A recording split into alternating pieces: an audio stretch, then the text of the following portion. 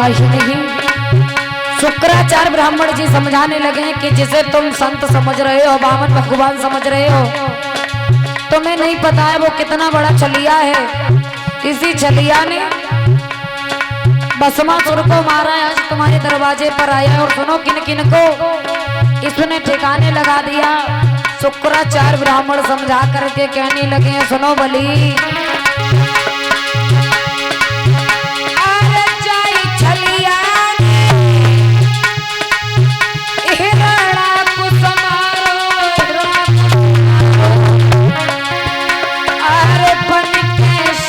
बनी को ओरा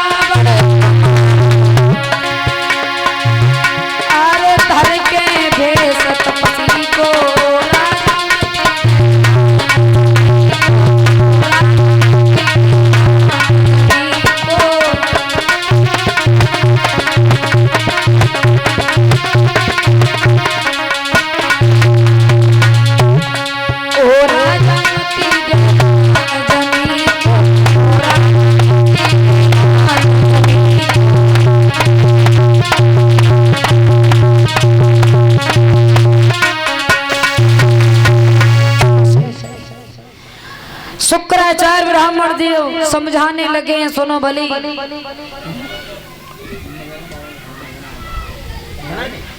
तुम कुछ भी दान में दे देना, लेकिन जमीन का दान मत देना, क्योंकि तुम्हें नहीं पता जो तुम्हारे दरवाजे पर आए हैं ना,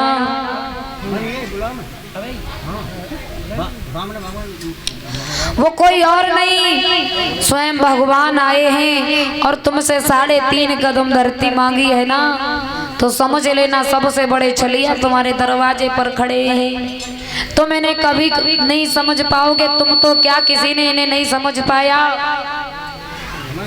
महाराज बलि कहने लगे हैं, क्षमा करना गुरुदेव, सौगंध तो खा के चले आए हैं, लेकिन संकल्प भी बाकी है। अगर ये पूरा हो गया तो जमीन चली जाएगी, अगर ये पूरा नहीं हुआ तो शायद हमारी जमीन बच जाए।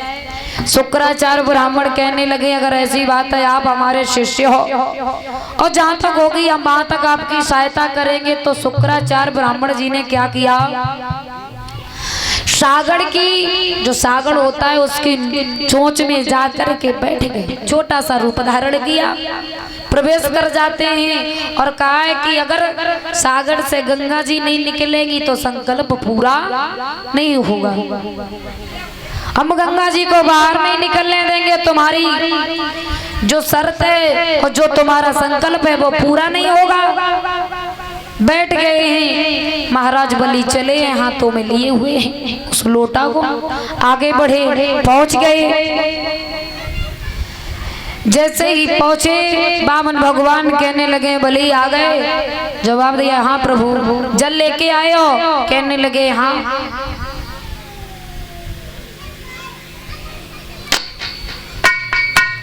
जवाब दिया है, हाँ प्रभु लेकर के आए हैं। कहने लगे तो एक काम करो, अपने हाथों में गंगा जल लो और संकल्प कर जाओ कि आप हमें 3.5 कदम जमीन देंगे।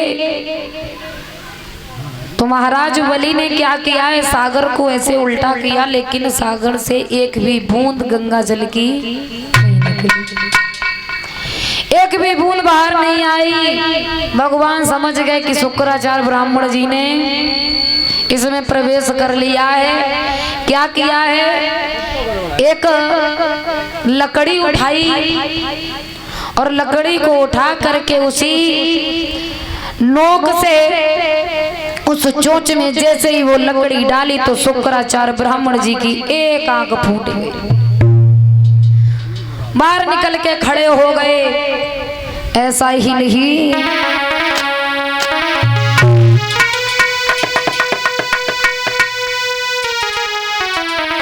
प्रभु ने जैसे ही उस लकड़ी को चलाया, शुक्राचार्य ब्राह्मण जी की एक आंख को फोड़ दिया। तो महाराज जैसे ही शुक्राचार्य ब्राह्मण देव सामने आए, कहने लगे क्षमा करना प्रभु, हम तो ये चाह रहे थे कि हमारा शिष्य कैसे भी बच जाए, लेकिन आपके आगे हमारी कुछ ना चल सकी। अब शुक्राचार्य ब्राह्मण जी एक आंख को फोड़े हुए खड़े हैं, कहने लगे हैं कोई बात नहीं। महाराज बलि से कहा है कि आप संकल्प करो, गंगा जल को हाथ में लो। गंगा जल जब जैसे ही हाथ में लिया है, संकल्प किया है, तो महाराज वामन भगवान 3.5 कदम धरती नापने लगे। तो हुआ क्या है, 3 कदम धरती में ही तीनों लोक नाप लिए, अब आधा कदम बाकी है। महाराज बलि सोचने लगे हैं क्या बात है, अब आधा कदम कहाँ से लेके आए। वामन भगवान कहने लगे बलि आप तो कह रहे थे कि 3 कदम बहुत कम है, ज्यादा मांग लो, अब आधा कदम भी बाकी रह गया, वो कहाँ से लाओगे। ऐसा ही नहीं,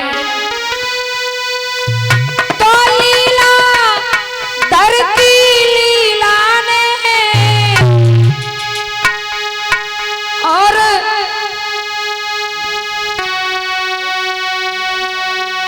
लीला की शाखा जोड़ डाली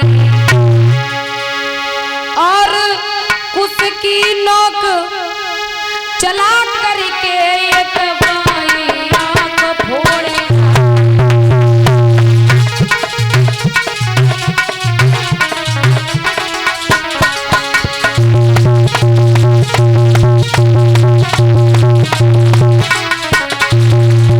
ऐसा ही नहीं,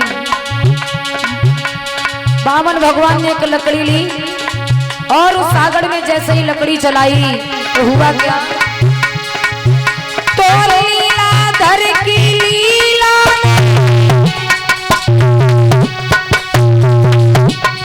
लीला की शाखा जोड़ी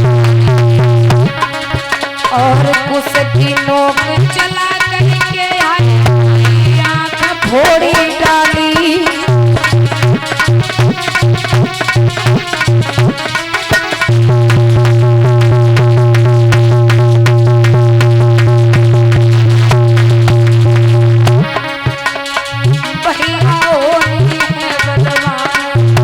प्रभु की लीला न्यारी है, पीर न होनी है बलवान, प्रभु तेरी लीला न्यारी है।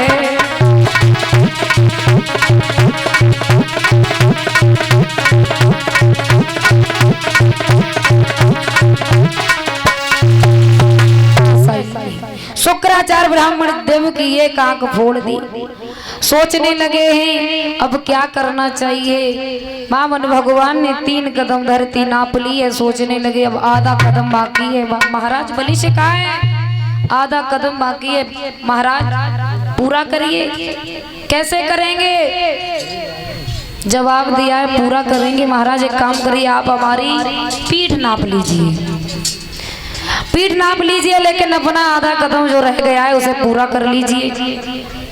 वामन भगवान कहने लगे पीठ नाप लीजिए, जब 3 कदम में हमने तीनों लोग नाप लिए तो तुम्हारी पीठ कितनी बड़ी है जो आधे कदम में आ जाएगी। बलि कहने लगे कहना क्या चाहते हैं प्रभु, आप एक काम करिए,